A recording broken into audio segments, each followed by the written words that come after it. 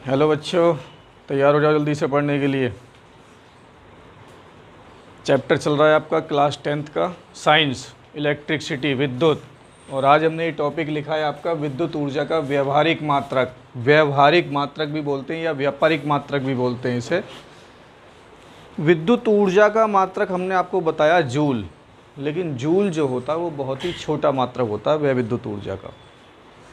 विद्युत ऊर्जा तो हमारे घर में भी खर्च होती है, घर में मीटर लगा हुआ होता है, उस मीटर से भी तो विद्युत ऊर्जा खर्च होती है। जूल जो होता है वो बहुत ही छोटा मात्रक होता है, इसलिए बड़े बड़े घर में, कारखानों में, अस्पतालों में, औद्योगिक कारखानों में विद्युत ऊर्जा की खपत यानी व्यय विद्युत ऊर्जा को ज्ञात करने के लिए जो विद्युत विभाग वाले होते हैं, ठीक है, वो एक विशेष प्रकार के उपकरण का प्रयोग करते हैं जिसे हम ऊर्जा मापी कहते हैं, और उसी को हम मीटर भी कहते हैं। ये जो मीटर होता है वह विद्युत ऊर्जा को सीधे किलोवाट घंटा में मापता है। जो विद्युत ऊर्जा खर्च होती है उसे सीधे किलोवाट घंटा में मापता है। और किलोवाट घंटा जो होता है, इस किलोवाट घंटा को ही बोलते हैं बोर्ड ऑफ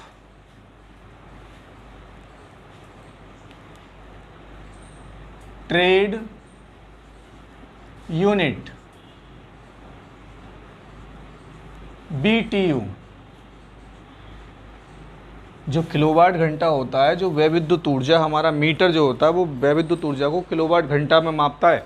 और किलोवाट घंटा का ही दूसरा नाम होता है बोर्ड ऑफ ट्रेड यूनिट, जिसे हम सामान्य भाषा में या रोजाना की बोलचाल भाषा में खाली हम इसे यूनिट कहते हैं। इस यूनिट का जो पूरा नाम होता है वो होता बोर्ड ऑफ ट्रेड यूनिट यानी BTU बोलते हैं शॉर्ट में। और इसका भी जो ओरिजिनल नाम होता है वो है आपका किलोवाट घंटा। इस किलोवाट घंटा का मतलब ये होता है कि जो मीटर हमारे घर में लगा हुआ होता है उस मीटर की सामर्थ्य यानी शक्ति होती है। आपको पता होगा कि हमारे घर में 2 किलोवाट का मीटर लग रहा है या 4 किलोवाट का मीटर लग रहा है या 10 किलोवाट का मीटर लग रहा है, पता होता है सभी को। तो इसका मतलब होता है 1 किलोवाट घंटा का मतलब है कि 1 किलोवाट सामर्थ्य वाला जो मीटर होता है वो 1 घंटा में कितनी विद्युत ऊर्जा खर्च करता है, उसे बोलते हैं 1 यूनिट। ठीक है। और 1 यूनिट यानी कि यूनिटों की संख्या निकालने के लिए जो हम फॉर्मूला लगाएंगे, यूनिटों की संख्या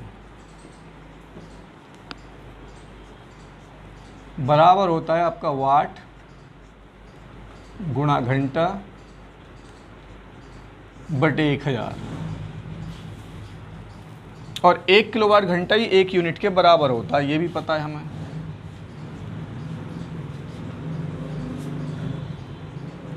एक किलोवाट घंटा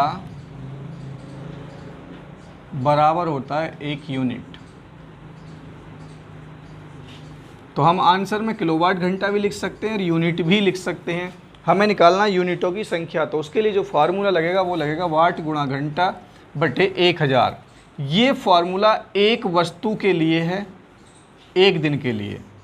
अगर आपसे कहा जा रहा है कि एक बल्ब इतने घंटे डेली जलता है, 80 वाट का या 100 वाट का बल्ब है, तो कितनी ऊर्जा खर्च करेगा। अगर बल्ब कहा जा रहा है कि एक घर में 10 बल्ब लग रहे हैं तो आप 10 से गुणा भी करोगे यहाँ, क्योंकि ये जो फार्मूला है वो केवल एक वस्तु के लिए है, एक दिन के लिए है। हमसे ये कहा जा रहा है एक महीने के द्वारा, एक महीने में कितनी विद्युत ऊर्जा होगी खर्च, तो उसमें फिर 30 से गुणा भी करनी पड़ेगी हमें। ज़्यादा दिन की बात अगर आ रही है, वैसे तो देखिए वाट जो यहाँ पे एक फार्मूला हमने आपको कल पढ़ाया था, P बराबर VI।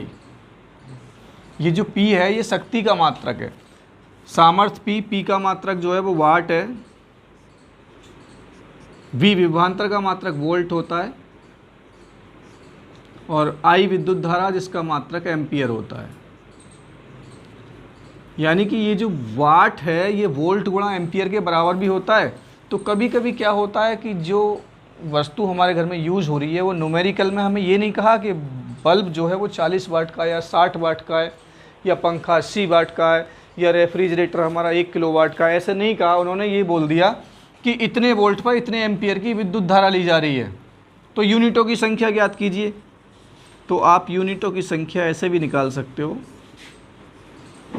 जब आपको वाट में उसकी सामर्थ्य ना दी हो, सामर्थ्य ना दे रखे, वोल्ट दे रखा है, तो देखिए वाट की जगह पे हम वोल्ट गुणा एम्पियर लिख सकते हैं। तो ये फार्मूला बन जाएगा वोल्ट गुणा एम्पियर गुणा घंटा ज्यों की त्यों बटे 1000। अब से पहले आपने जब भी समय का प्रयोग किया गया, समय को हमेशा सेकंड में बदला है। 20 मिनट कहीं दे रखी है तो आपने उसको सेकंड में बदला, लेकिन यूनिटों की संख्या हम जब भी निकालेंगे तो वहाँ पे समय हमेशा घंटे में ही प्रयोग होगा। 10 घंटे हैं तो 10 ही घंटे लगेंगे, 10 ही रखेंगे वहाँ पे, ठीक है। अगर संख्या दे दी हमें, वस्तुओं की संख्या दे रखी है हमें, ठीक है, यदि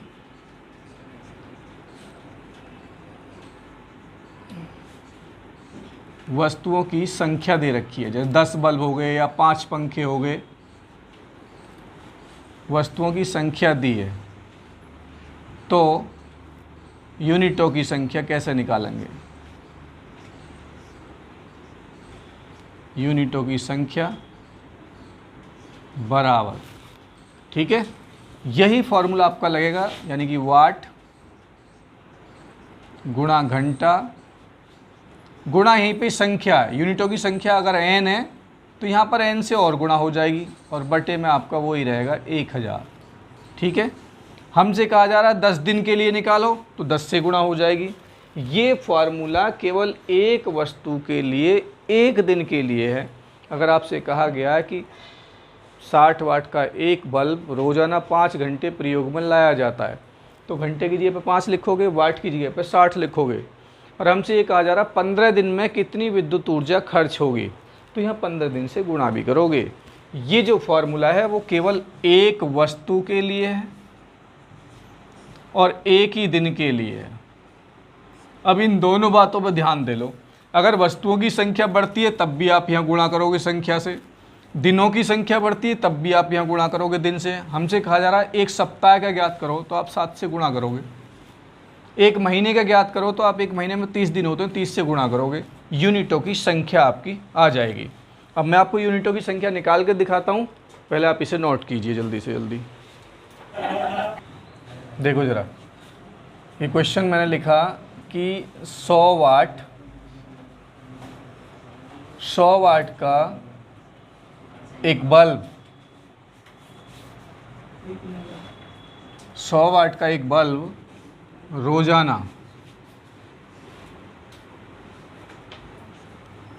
10 घंटे प्रयोग में लाया जाता है।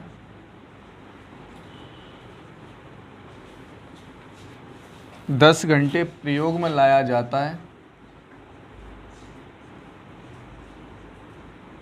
तो वह विद्युत ऊर्जा या वह यूनिटों की संख्या ज्ञात कीजिए। हमने लिख दिया वह विद्युत ऊर्जा।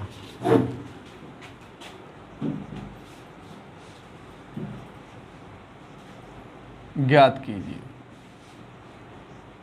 यानी कि हमें यूनिटों की संख्या निकालनी है यहाँ पे। तो सिंपल सा फॉर्मूला लिखवाया, वह विद्युत ऊर्जा में यूनिटों की संख्या जब भी आप निकालोगे,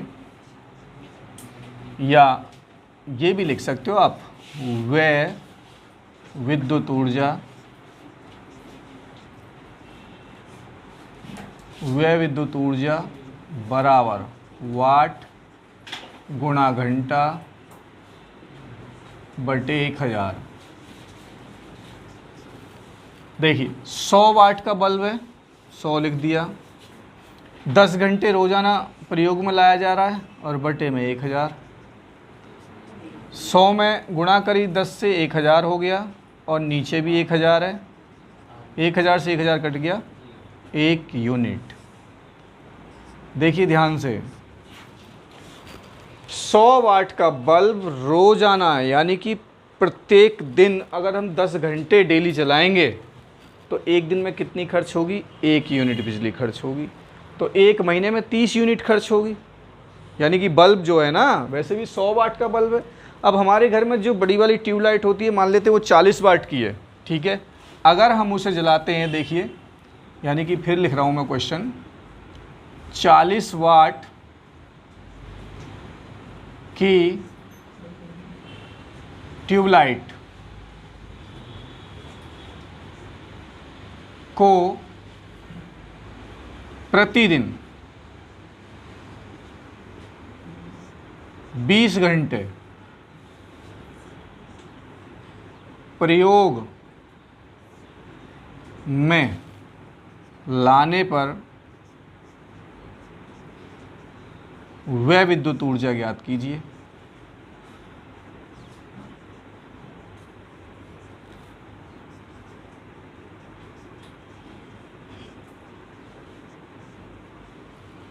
तो वह विद्युत ऊर्जा का फॉर्मूला, जब भी ये यूनिटों की बात आएगी, वाट आपको दिया हुआ है तो वह विद्युत ऊर्जा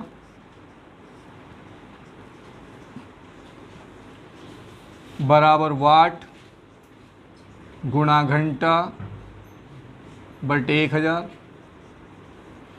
40 वाट की ट्यूबलाइट है, 20 घंटे डेली चल रही है, बटे में 1000।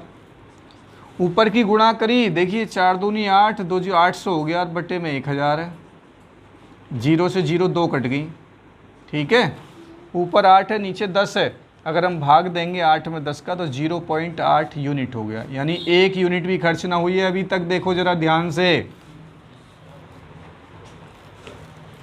अगर 40 वाट की एक ट्यूबलाइट को रोजाना, एक दिन रात में तो 24 घंटे होते हैं ना, 24 घंटे भी नहीं 25 घंटे प्रयोग करेंगे लगातार, जब जाकर के 1 यूनिट विद्युत खर्च होगी। कितने की? 40 वाट की। लेकिन आज की डेट में तो एलईडी चल रही है, 6 वाट की, 8 वाट की, 10 वाट की। अगर हमने 10 वाट की एलईडी ले ली, 10 वाट की एलईडी को 100 घंटे लगातार जलाएंगे, तब 100 में 10 से गुणा करेंगे 1000 आएगा, और नीचे भी 1000 है, 1000 से 1000 एक बार कटेगा। यानी कि 10 वाट की एलईडी को 100 घंटे लगातार हम यूज़ करेंगे, 1 मिनट को भी उसे बंद नहीं करें, तो 100 घंटे में यानी 24 चौक 96, 4 दिन से भी ज़्यादा जो उसे लगातार यूज़ करेंगे, तब जाकर के 1 यूनिट विद्युत खर्च करेगी वो, ठीक है। अब यहाँ पर जैसे कि ये बात आई है, 10 वाट का एक बल्ब था, अगर हमसे कहता 10 वाट के 5 बल्ब रोजाना 10 घंटे प्रयोग में लाए जाते तो वह विद्युत ऊर्जा ज्ञात कीजिए। तो 5 बल्ब हो गए ना, बल्बों की संख्या की बात आ गई, तो यहाँ गुणा में 5 और लगाओगे, क्योंकि ये जो फॉर्मूला है वो एक वस्तु के लिए है। अब बल्बों की संख्या कितनी होगी? 5, तो यहाँ 5 से गुणा करोगे। एक दिन के लिए है, और हमसे कहा जा रहा है 30 दिन का कितने यूनिट खर्च होंगी, तो फिर 30 से भी गुणा करोगे यहाँ पर, क्योंकि ये जो फॉर्मूला वो केवल एक वस्तु के लिए और एक दिन के लिए है, ठीक है। अब जब हम बल्ब खरीदने जाते हैं तो ध्यान से देखना, बल्ब के नीचे गोला सा बना हुआ होता है, और उस गोले में जो है कैसे कैसे लिखा रहता है, इस तरीके से लिखा होता है 220V 100W, इस तरीके से लिखा हुआ होता है बेटा रे, बल्ब पर लिखा होता है वो नीचे की साइड में। इसका मतलब है 220 वोल्ट और 100 वाट, यानी कि उस बल्ब की जो सामर्थ्य है वो 100 वाट है, और 220 वोल्ट तक की विद्युत धारा प्रवाहित उसमें की जा सकती है। 220 वोल्ट की विद्युत धारा प्रवाहित करने पर वो प्रति सेकंड 100 जूल विद्युत ऊर्जा खर्च करेगा। उसका मतलब ये है, कभी कभी ये पेपर में भी आ जाता है कि एक विद्युत बल्ब पर 220V और 100W इस तरीके से लिखा हुआ है, इसका क्या अर्थ है? तो इसका मतलब यही होता है कि यदि विद्युत बल्ब को 220 वोल्ट के मेंस से जोड़ दिया जाए तो वो बल्ब प्रति सेकंड 100 जूल विद्युत ऊर्जा खर्च करता है, क्योंकि प्रति सेकंड वह विद्युत ऊर्जा को ही हम सामर्थ्य कहते हैं। ये W जो दे रखा है ना, वाट है, ये 100 वाट सामर्थ्य होगी हमारी बल्ब की, ठीक है। कभी कभी ये भी आ जाता है कि एक विद्युत बल्ब पर 220V 100W लिखा है, और इस विद्युत बल्ब को 220 वोल्ट के विभवांतर से जोड़ दिया जाए, तो बताइए इस बल्ब में कितनी विद्युत धारा प्रवाहित होगी। तो इसका मतलब ये है कि ये जो विभवांतर है V बराबर इसका 220 वोल्ट हमें दे दिया है क्वेश्चन में, ठीक है, और उस बल्ब की जो सामर्थ्य है P वो बराबर दे दी हमें 100 वाट। तो उस बल्ब में विद्युत धारा कितनी प्रवाहित होगी वो ज्ञात करना है हमें। तो यहाँ पे 3 बात आपको दे दी हैं, V दे दिया, P दे दिया, I दे दिया।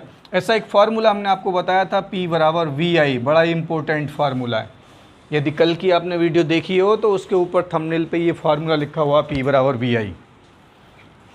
P का मान हमें दे रखा है 100, V का मान 220 और I हमें ज्ञात करना है। I निकालेंगे तो 220 बटे में आ जाएगा, I बराबर 100 बटे 220, एक 0 से 0 कट गई, 2 से भी कट जाएगा, 2 पंजे 10 और 2 से कट जाएगा 11, 5/11 एम्पियर। और यदि भाग भी आप देना चाहते हो तो भाग दे सकते हो, भाग दे कर लिख सकते हो। 5वें भाग हमारे कुछ बच्चों से तो आता नहीं देना जल्दी से। 11 का भाग देंगे तो पॉइंट लग जाएगा, यहाँ 0 बढ़ जाएगी, 11 चौक 44 हो जाएगा, बचेगा 6, 60 हो जाएगा, ये 11 पन्ने 55 हो जाएगा। बस लगभग इतना ही लिख देते हैं हम, यानी 0.45 एम्पियर की विद्युत धारा उस बल्ब में प्रवाहित होगी। ये क्वेश्चन आ जाता है कि किसी बल्ब पर 220 V 100 W लिखा हुआ है, उस बल्ब को 220 वोल्ट के विद्युत मेंस से जोड़ने पर उसमें प्रवाहित होने वाली धारा ज्ञात कीजिए। तो इसका मतलब ये है कि उसका विभवांतर 220 वोल्ट हो गया, उसकी सामर्थ्य 100 वाट हो गई, विद्युत धारा ज्ञात करनी है। इन तीनों के आधारित एक फार्मूला बताया, P बराबर VI। इस फार्मूले में मान रख दीजिए और I का मान निकल जाएगा 0.45 एम्पियर। ठीक है, तो नोट कर लीजिए इसे फटाफट से। वह विद्युत ऊर्जा का जो बड़ा मात्रक है वो अभी आपको बताया हमने किलोवाट घंटा, और वह विद्युत ऊर्जा का सबसे पहले SI प्रणाली में मात्रक बताया जूल। तो इसका मतलब ये है कि किलोवाट घंटा और जूल दोनों के दोनों वह विद्युत ऊर्जा के मात्रक हैं। तो हम चाहते हैं कि इन किलोवाट घंटा में और जूल में, यानी सबसे बड़ा मात्रक किलोवाट घंटा और छोटा मात्रक जूल, इनमें हमें संबंध ज्ञात करना है। किलोवाट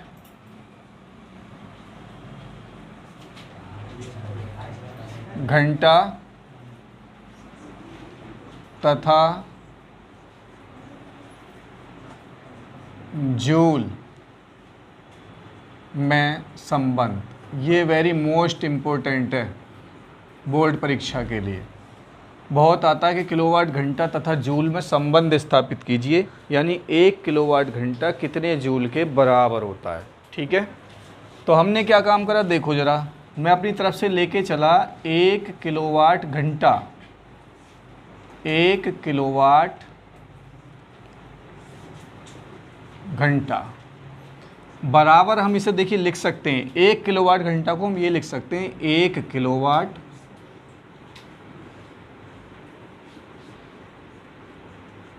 गुणा 1 घंटा, ऐसे लिख सकते हैं हम इसे। 1 में 1 से गुणा करेंगे 1 ही रहेगा, और किलोवाट घंटा आपका ये ज्यों के त्यों। हमने लिखा है किलोवाट घंटा तथा जूल में संबंध स्थापित कीजिए। जूल जो होता है, जूल वो SI प्रणाली में या MKS पद्धति में वह विद्युत ऊर्जा का मात्रक होता है। तो MKS पद्धति में बदलिए, ये किलोवाट जो है ये सामर्थ्य का मात्रक है, लेकिन किलोवाट सामर्थ्य का जो मात्रक होता है MKS पद्धति में वाट बताया आपको। तो कल एक फॉर्मूला हमने आपको लिख के बताया था कि 1 किलोवाट बराबर 1000 वाट होते हैं, ये कल हमने आपको बताया था। तो हम यहाँ पे 1 किलोवाट की जगह पर तो 1000 वाट लिख सकते हैं, और 1 घंटे को बदल रहे हैं हम सेकंड में, तो 1 घंटे में 3600 सेकंड होती हैं। 1 घंटे में 3600 सेकंड बराबर, इस 1000 की 3600 में हम गुणा कर दें तो 36 एकम 36, उसके आगे 3 2 5 हो जाएंगी 0, और ये आपका वाट गुणा सेकंड, ये हमने यहाँ लिख दिया। अब देखिए ज़रा, इसे घात में बदलो, यहाँ पे पॉइंट मानेंगे, पॉइंट को हम यहाँ से उठा करके जब इधर लाएंगे तो 1 2 3 4 5 6, यानी 6 अंक इधर आएगा पॉइंट, यानी तो हम इसे लिख सकते हैं 3.6 0 0 0 0 0, इस तरीके से गुणा। देखिए यहाँ पॉइंट नहीं था, यहाँ तो पॉइंट यहाँ था। अब इस पॉइंट को मैं यहाँ से ले आया इधर, तो देखिए कितने अंक लाया मैं, 1 2 3 4 5 6 अंक इधर लाया, तो 10 की घात 6 ऊपर लग जाएगा, और ये हो जाएगा आपका वही वाट और गुणा सेकंड। वाट सेकंड हमने कल मात्रक बताया था आपको, ये जूल के बराबर होता है। देखिए 3.6 और 6 के बारे में ये 0 0 0 इनका कोई मतलब नहीं होता है। 9वीं क्लास में आपने सार्थक अंक वगैरह पढ़े होंगे, तो हम इसे लिख सकते हैं 3.6 गुणा 10 की घात 6 वाट गुणा सेकंड। फार्मूला बताया था P बराबर W/T, P बराबर W/T। P का जो मात्रक है वो वाट होता है, वह विद्युत ऊर्जा का मात्रक जूल होता है और समय का मात्रक होता है सेकंड। अगर सेकंड को मैं इधर ले आऊँ तो ये हो जाएगा वाट गुणा सेकंड और बराबर में आपका बच जाएगा जूल, यानी कि जो जूल है वो वाट गुणा सेकंड के बराबर होता है। तो ये जो वाट गुणा सेकंड ये जो लिखा हुआ है इस पूरे की जगह पे हम लिख सकते हैं जूल। तो ये आपका आया 1 किलोवाट घंटा। 1 किलोवाट घंटा बराबर 3.6 गुणा 10⁻6 जूल होते हैं। बहुत इम्पोर्टेंट है ये, आपको एक नंबर में भी पूछा जा सकता है कि 1 किलोवाट घंटे में कितने जूल होते हैं, तो आपको आंसर देना 3.6 गुणा 10⁻6 जूल। किलोवाट घंटा तथा जूल में संबंध स्थापित कीजिए, तब भी कोई बड़ी बात नहीं है, केवल आपको 4 लाइन लिखने हैं। और वेरी मोस्ट इम्पोर्टेंट क्वेश्चन है, बहुत ज़्यादा आता है ये बोर्ड एग्जाम में, और इसको अच्छे तरीके से बनाना सीख लो, नोट कर लो। दैनिक जीवन में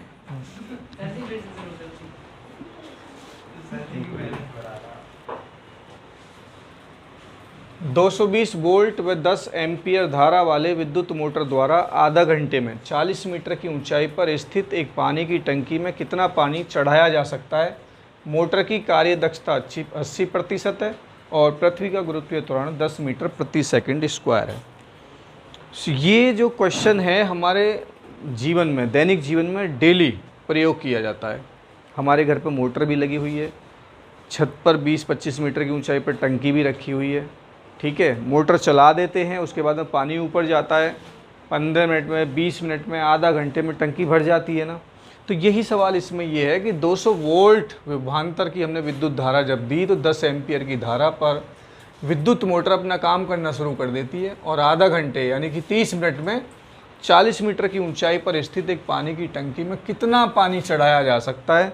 मोटर की कार्य दक्षता 80% है। इसका मतलब क्या है, जो हमने विद्युत मोटर जो है, मोटर को हमने विद्युत ऊर्जा दी, विद्युत धारा जब प्रवाहित करते हैं तो विद्युत ऊर्जा दी ना, जो विद्युत ऊर्जा हम मोटर को देते हैं वो पूरी की पूरी यांत्रिक ऊर्जा में परिवर्तित नहीं होती है। यांत्रिक ऊर्जा का मतलब होता है गतिज ऊर्जा और स्थितिज ऊर्जा का योगफल यांत्रिक ऊर्जा होता है। मोटर घूमने लग जाती है, मोटर जितनी ज़्यादा तेज़ घूमेगी उतना ही ज़्यादा तेज़ी से वो पानी देगी, ठीक है।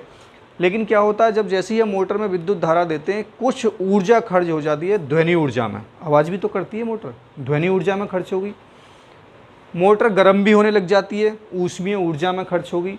घर्षण भी होता है, यानी कि जितनी विद्युत ऊर्जा हम मोटर को देते हैं वो 100% यांत्रिक ऊर्जा में नहीं बदलती है, बल्कि 80% यांत्रिक ऊर्जा में बदलती है। इसका मतलब ये है मोटर की दक्षता 80% है। तो सबसे पहले हमें क्या काम करेंगे, जो जो चीज़ हमें दे रखी है वो हम लिखते हैं।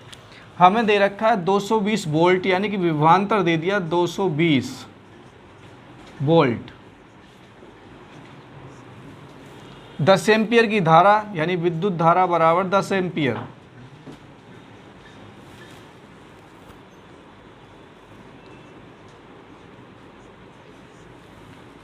विद्युत मोटर द्वारा आधा घंटे में यानी समय t बराबर आधा घंटा यानी कि 30 मिनट। अब यहाँ पे यूनिट की बात तो है नहीं, तो 30 मिनट को सेकंड में ज़रूर बदल लेंगे। 30 गुणा 60, 1 मिनट में 60 सेकंड होते हैं, 6 1800 सेकंड हो गए, यानी 1800 सेकंड में 40 मीटर की ऊंचाई पर, ऊंचाई को h से प्रदर्शित करते हैं, 40 मीटर की ऊंचाई पर कितना पानी, यानी पानी का द्रव्यमान m जो है वो हमें ज्ञात करना है, ये हमें निकालना है। कितना पानी चढ़ाया जा सकता है, जबकि मोटर की जो दक्षता है, मोटर की दक्षता बराबर है 80%। और पृथ्वी का गुरुत्वीय त्वरण जिसे हम स्मॉल g से प्रदर्शित करते हैं, 9th क्लास में सभी ने पढ़ा है, जिसका मान 9.8 मीटर प्रति सेकंड स्क्वायर होता है। लेकिन यहाँ पे हमें दे रखा है 10 मीटर प्रति सेकंड स्क्वायर। मोटर की दक्षता 80% है। इसका मतलब ही ये होता है कि जितनी हमने विद्युत ऊर्जा मोटर को दी है उसका 80% भाग यांत्रिक ऊर्जा में परिवर्तित हुआ है, क्योंकि यांत्रिक ऊर्जा के द्वारा ही मोटर घूमती है और जितनी मोटर घूमेगी उतना ही वो हमें पानी देगी, ठीक है। तो सबसे पहले हम मोटर को 30 मिनट में कितनी ऊर्जा हमने दी वो निकाल देते हैं। 30 मिनट में, यहाँ लाइन खींच देता हूँ मैं, 30 मिनट में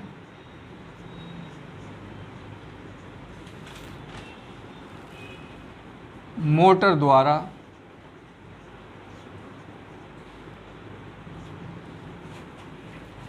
उत्पन्न व्यय विद्युत ऊर्जा, या मोटर द्वारा व्यय विद्युत ऊर्जा लिख देते हैं हम।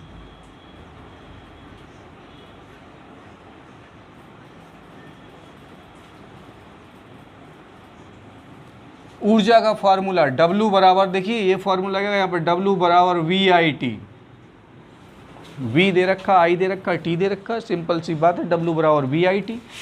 V का मान हमें दे रखा है 220, I का मान 10 एम्पियर और समय T जो है वो 1800 सेकेंड।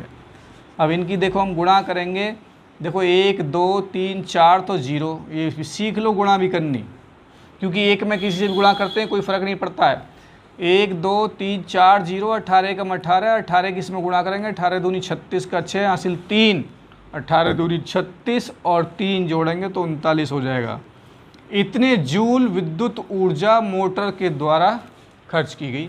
लेकिन क्वेश्चन में कहा है कि जितनी मोटर के द्वारा विद्युत ऊर्जा खर्च की गई उसका केवल 80% दक्षता का मतलब है 80% यांत्रिक ऊर्जा बनी, यानी कि हम यहाँ पर यांत्रिक ऊर्जा निकाल सकते हैं। इसका 396 उसके आगे 0000 यानी 4 बार 0 का 80% और 80% का मतलब होता है 80/100। इसका मैंने यहाँ प्रयोग कर दिया। 1 0 2 0 ये कट गए, बराबर बचा है आपका 1 2 और 1 ये 3 तो 0, और 8 से गुणा कर दो, 8 छिंग 48 का 8 हासिल 4, 8 रिम 72 और 4 76 का 6 हासिल 7, 8 तिया 24 और 7 31, इतने जूल। और अगर आपने 9th क्लास में पढ़ी है तो यांत्रिक ऊर्जा होती है गतिज ऊर्जा प्लस स्थितिज ऊर्जा।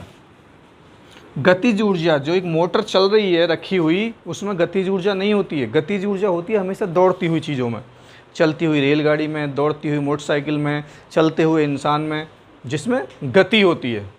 ठीक है, स्थान के साथ साथ गति होती है ना, बदलते रहते हैं, वो गतिज ऊर्जा होती है।